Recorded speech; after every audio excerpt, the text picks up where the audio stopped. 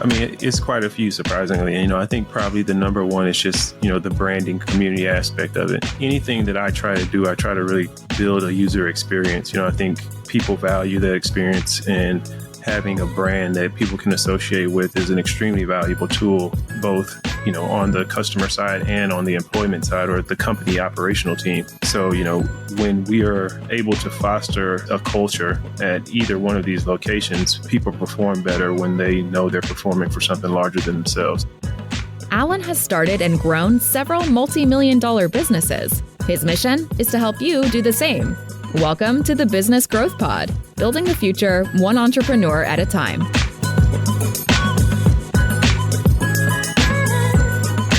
Hey everyone, and welcome to the Business Growth Pod. I'm your host, Allan Draper. Happy to be with you today. I'm very excited about our guest. His name is Chad Price. Chad is a battle-proven entrepreneur. I like that. In multiple industries and with extensive knowledge in sports, health, and wellness. Chad is also a published author of Preparing for Battle, which we're going to get into, which is a guide used to prepare you for the battle of starting your own company. That's an interesting take. We're going to have to get some more information about that. Chad, welcome to the show. Glad to have you. Thank you for having me. Glad to be here. So let's talk a little bit about your experience. Give us a brief intro into some of the businesses that you've been involved with. It sounds like there's several industries, and your path that has led you to being an author and this perspective on entrepreneurship as this, battle. Sure. I graduated from college. I graduated from Rice University in Houston, where I played football there. After graduating, I think I had a somewhat similar path to everyone in 2007, 2008, trying to just make it in the corporate world, trying to find a job, trying to decide on what career I was going to do. I always knew I wanted to start my own company, but at the time, I thought I needed to get a little bit more experience, maybe go work for some teams that I could, look up to or kind of aspire to be like. And through that process, I worked for several different companies, worked in construction industry, oil and gas. That ultimately led me to starting my entrepreneurial journey. Starting that journey, I started two companies at the same time. One of them was a nail salon, which was designed for me to kind of have a sustained cash flow. And, it's a cash positive business pretty early on. And then I also started a fitness company with two of my other friends from college, which is my most notable company, Kettlebell Kings. And that journey with Kettlebell Kings, lasted 10 years. And we actually sold in the end of 2021. We sold with like a 3-year acquisition deal, so could globally expand on the brand. That's awesome. I think you need to write another book, and the title has to be something like From Division I Football Player to Nail Salon or something like that.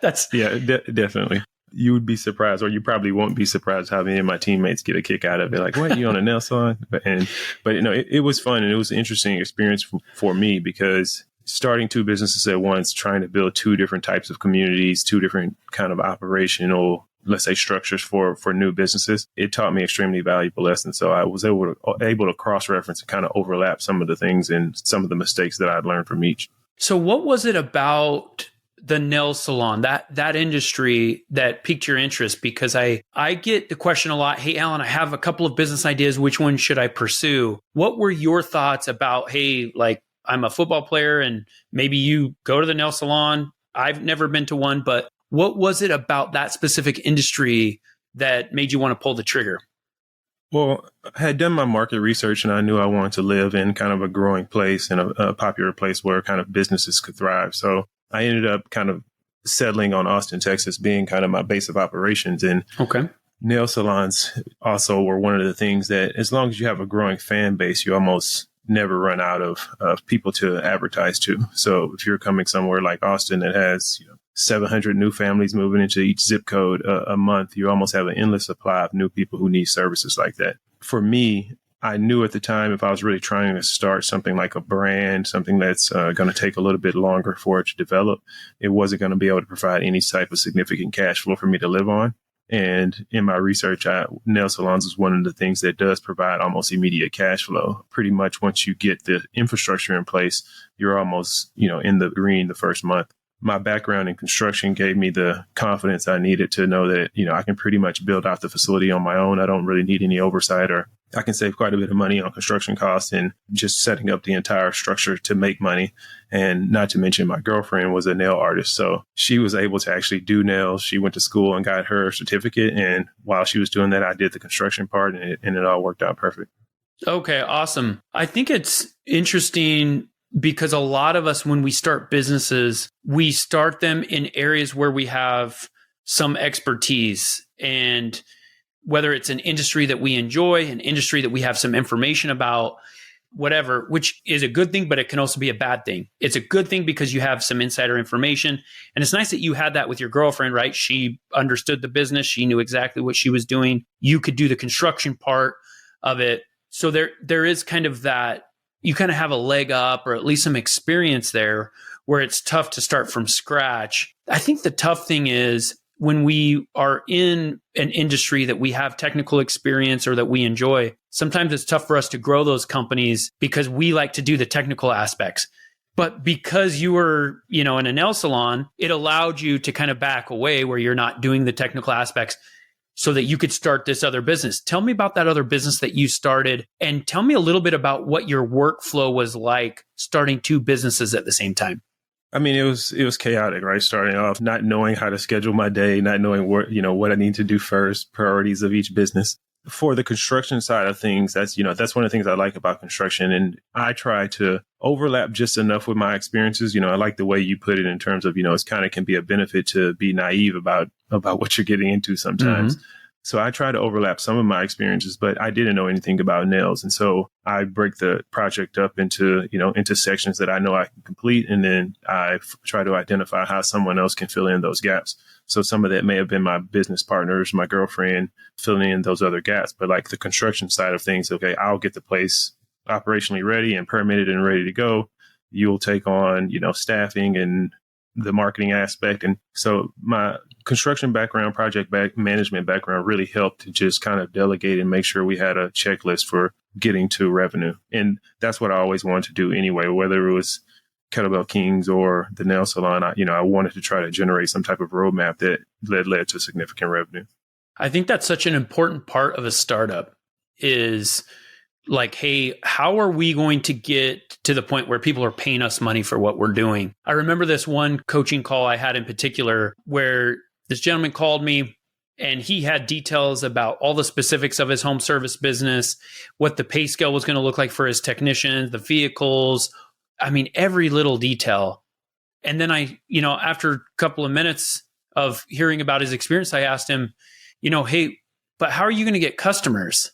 And I'm not kidding. He said something like, oh, yeah, I actually haven't thought about that. Yeah. And it's really smart, like you said, to have this path to revenue from the beginning, even before you start your business. Like, hey, how am I going to get people to actually pay me for what I'm doing? Because if you don't get to that point, and not that it's the end all be all, but if you don't get to that point, you're not able to hire people, you're not able to keep your doors open and do all these things. So I think that's the number one thing that early businesses struggle with. How am I going to get people in the door? How am I going to generate cash flow? And it's the number one reason why businesses fail, because of a lack of cash flow. Tell me a little bit about some of the similarities between your two businesses. What were some of the principles or some of the things that you noticed, like, hey, even though it's a different industry, these principles work in both? I mean, it's quite a few, surprisingly. I think probably the number one is just, the branding community aspect of it. Anything that I try to do, I try to really build a user experience. I think people value that experience, and having a brand that people can associate with is an extremely valuable tool, both, on the customer side and on the employment side or the company operational team. So, when we are able to foster a culture at either one of these locations, people perform better when they know they're performing for something larger than themselves. And I get a lot of that from my background in sports. It comes somewhat naturally to me to, we're not playing for the name on the back of the jersey, we're playing for the name on the front kind of deal. And I think that overlaps quite a bit with any business. So when you mention like kind of getting customers or how you're getting customers, I think when you go into it with the approach of building a community, that overlaps so much with getting customers that you have to get it out in front of people. You have to be able to get your concepts in front of people so that they can have an opportunity to even become a customer. And I've always started with that from square one. Yeah, that's such an interesting point. And I talk about this quite a bit about, just yesterday I recorded a podcast episode that was, answering the question, how do I keep my employees motivated? And one of the main things that we discussed was this idea of identifying a mission or a why, a purpose for the company, and just really hitting that over and over and over, talking about it when you're hiring, talking about it when you're disciplining, training, promoting, all of these things throughout the personnel process. What are some things specifically that you guys were able to do that promoted this sense of community, this kind of higher purpose in what they were doing at both businesses? I think it can vary in terms of strategy, but at the same time, you're trying to identify what brings these kind of people together. So, if you're using Kettlebell Kings for an example, we would see the kettlebell as just a centerpiece. And there's so many different opinions on how it should be used, when it should be used, what frequency. We try to see ourselves as the moderator of all those conversations and bring those conversations to a meaningful end, to a path that just leads to progress for whoever's getting that information. So we're not really trying to choose sides. We're not trying to pick a side, say one way is wrong and one way is right. We're trying to really see how we can bring all of the different opinions to one place and have reasonable conversations that are in depth about whatever topic that is. So we would do the same thing with kettlebells. And then with the nail salon, I'm doing nail art. So I'm literally putting our girls in competitions, finding out where people are viewing and actually accessing nail art and putting our pieces of nail art in those places. So, we would build national brand recognition, even though we're a small nail salon in Austin. We have, people flying in from New York who will want to come here just because they've seen us socially and they've seen our nail art compete with others nationally. So it's just a lot of things like that where you're trying to find what the community absorbs and make that better for them as much as possible. Yeah, that's awesome. I think, to your point about creating these competitions, I think, along with having a really clear mission statement, something that, the business is about besides the dollars and cents, you also need to mix it up every once in a while. You have to make it fun. You have to create an environment where people like coming to work. They like aspects of the job besides the actual technical aspects of what they're doing. They like interacting with customers and their, fellow employees, their coworkers and things like that. Let's shift gears a little bit and talk about your new book. When does it come out? It's called Preparing for Battle. You're kind of comparing being an entrepreneur to, being in a battle, which I think is a really spot on comparison. First of all, when does it come out? How do people find it? And let's get into that a little bit. Sure. It's available on Amazon now for pre-order. It'll actually be released, I believe it's the 24th of this month, towards the end of this month, but you can purchase it now and reserve your copy on pre-order on Amazon right now. And I think you kind of hit the nail on the head. When I think of entrepreneurship, and really I think of trying to tackle any problem that's hard, is going to require some type of battle. And when I think of battle, I mean going into it with the mindset that it's going to be tough and that you're going to have to persevere and work through things. I'm used to that just as a mindset from training my life in athletic competitions and things like that. But even in business, I've seen so many of those concepts maybe not be applied at other companies that kind of make or break them. And then I've also seen, my businesses prevail through times that I don't think we would have if I didn't have those strengths. And so I really try to just explain some of the concepts that I've learned and some of the mistakes that I've made through using sports as a reference and some of my personal experiences. What is it about, being on the football field, being in business with difficulties and challenges, with opponents, competitors? What is it that, one first kind of toughens us up, like makes us better? What is it about that process that makes us better? And second, like, how do we use that information to kind of get to the next level?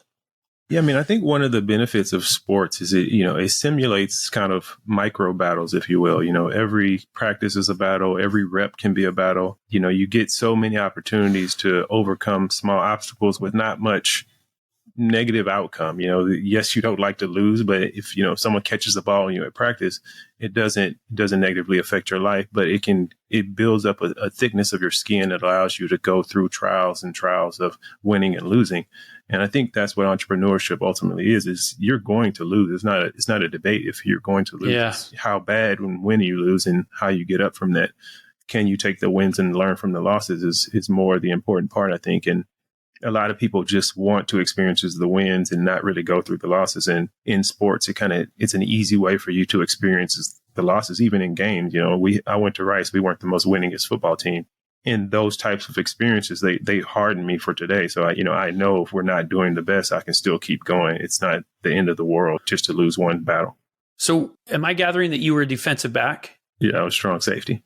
Okay. So, which for people that are listening that aren't really familiar with football, there are some positions that and I think corner maybe even more than safety, but man, it's because safety, you can kind of lay it to people sometimes, but those guys just have to have all sorts of swagger, right? And confidence, because it feels like they just get beat over and over and over and over. Yeah. And it's such a difficult position to play. Yeah.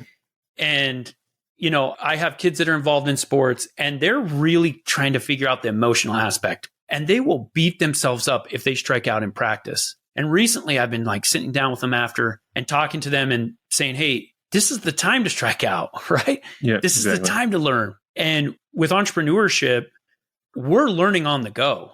We're making mistakes with customers in our communication with them and with marketing. And there's no real practice that can simulate the kind of game type analogy or the game day for businesses. What's the best form of practice, quote unquote practice, for business owners? I think that's a good question. I think as adults, we struggle kind of trying to find those things that we can practice our emotional, let's say, our emotional strength, the emotional resilience we have for dealing with the ups and downs of life. And you do have to kind of take them as you go. That's one of the reasons I harp on sports being good for kids, even if you're not the best in sports at all. I think it's good for you to even lose your position, have someone play in front of you. These types of lessons are so valuable in just learning how to deal with society, how to get through difficult problems on teams. There's almost no situation that you can't learn from a team sport through that way. So that's what I try to draw on. I really struggle with having advice for people. If you're 25 now, you've never had those experiences. I got to cry so many times when I was striking out, and I don't still have those emotions because I've been through that kind of stuff. Whereas someone who's striking out for the first time when they're 25, it's going to be pretty devastating for you, especially when, you put your life savings on the line trying to start a company. I think one of the kind of spices in life is this concept of having an adversary or kind of this counterpart to life where life isn't all good. Can you imagine? If everything was perfect, it wouldn't be as good. I've recently become really addicted to the steam room at my gym. And when I go in there, I was just in there a couple of hours ago. And when I go in there after my workout, it's way more difficult than when I go in there before because my heart's already beating. I'm having a tough time breathing. But when I go in there and I'm in there for a certain amount of time, man, I really start to value fresh air, right? Because it's really tough to breathe when the temperature's, it's really tough to breathe in there. But never before have I thought about that very much. Man, I love to breathe. And I think that's one of the great things about life is we have kind of the yin and the yang. We have the opposite where it's in competition, you have somebody that's trying to knock you down, that's trying to beat you. And you have failures, you have these moments which, not only are you learning. So I think there's a couple of things come from failure, but one is that you learn about yourself more than anything. You learn about yourself, you learn about how to change, how you can do better next time. But then when you actually win, it's oh man, you appreciate it a lot more. Yeah. And, I wanted to get into that. We have a few minutes left. You talk about in your book, developing a winning mindset. What does that mean to you and how does that affect entrepreneurs? I think a winning mindset is, not necessarily, you're not knowing that you're not always going to win, but knowing that constant improvement is going to be part of your daily routine, part of your journey. I was even thinking more deeply about your question is what advice would I give to somebody as an adult to kind of train their emotional intelligence? I think having a personal health and wellness journey to change emotional intelligence as well. One of the things I say to people, if you think it's easier to create a multi-million-dollar business than it is to work out 45 minutes 4 times a week, then, you're just sadly mistaken in the effort that's required. And so I think doing and setting those types of expectations on yourself to perform at whatever level it is, whatever you're trying to do, look at the other people that are in that space. How are they performing? What are they doing? And try to live up to that the same way you would go into a sports situation. I think that's the best advice that you can kind of have for yourself. Is that's the only way to get a mentality to me that deserves the wealth that you're trying to create in that space. So, if someone is actually twice as good as you at something, and you're performing at half of their performance, I don't think that your business should be successful. And I think that that's how you should look at it and have that type of mindset. Yeah, it's interesting kind of going back to my children. I have an 11-year-old boy and a 9-year-old boy and a 5-year-old daughter. And my 11-year-old starting to kind of grasp some things, learn some things about sports and life and things like that. And recently I've been talking to him about what it means to be a winner. And right now, which I totally understand, he thinks it's all about the scoreboard. He thinks that's the only measure of winners and losers. And I'm trying to help him understand that there's so much more to it than that. That a lot of it, you talk about in your book, having a winning attitude. A lot of it's the attitude. The other day we were playing long toss. I'm trying to help him strengthen his arm. And he was upset because he didn't have that much accuracy when he's throwing it as far as he can, which that's very normal. And he said some things that were really inappropriate. And again, he's learning, he's growing. I understand that. But I let him know, hey, those are the types of things that winners don't say. Exactly. And we're going to have our moments as entrepreneurs, man. Oh, man, some of my lowest moments in life have been with my businesses and in moments of failure, or I'm losing good people or problems or whatever. And at this stage, I'm trying personally to work on this idea that, I'm going to work on the process, and I'm going to try to focus on the process. Because if we focus on the process and we stay mentally tough, emotionally strong during those times, the results are going to come. The results are inevitable. Yeah. Have you found that to be the case with your businesses? And is there kind of a correlation to being a Division I football player with that type of mentality? For sure. I mean, I think the amount of training it takes to get to that level, it kind of prepares you for, training yourself and setting yourself up for success in these situations. So, preparing for battle to me is kind of how I've always looked at it. I didn't just show up at the football game. There was a lot of practice and work that went into it before then. And so I try to look at business like that too. I try to prepare myself for, a game time like intensity level when I'm looking at business. I think it is the most competitive playing field that actually does exist, that we compete on as adults and as humans. And, I kind of find, I guess I get a kick out of the competitive side of that as well. And, I'd like to be out on the field and actually competing and giving my all, trying to do whatever I can to grow my business. For sure. Chad, this has been a great conversation. Where can people reach out to you if they want to learn more about what you're doing? And you mentioned that your book is on Amazon, but where can they reach out directly to you? Sure. You can reach me at chadprice.com. On my website, you can find out everything about me. If you're looking to connect for consulting services, or if you're looking for the book, you can get it from there. But all social channels as well. Real Chad Price on Instagram, Facebook, and Chad Price on LinkedIn. So I'm available. And if you search me up, you can find me pretty easily. Awesome. Well, thanks so much for joining us today, Chad.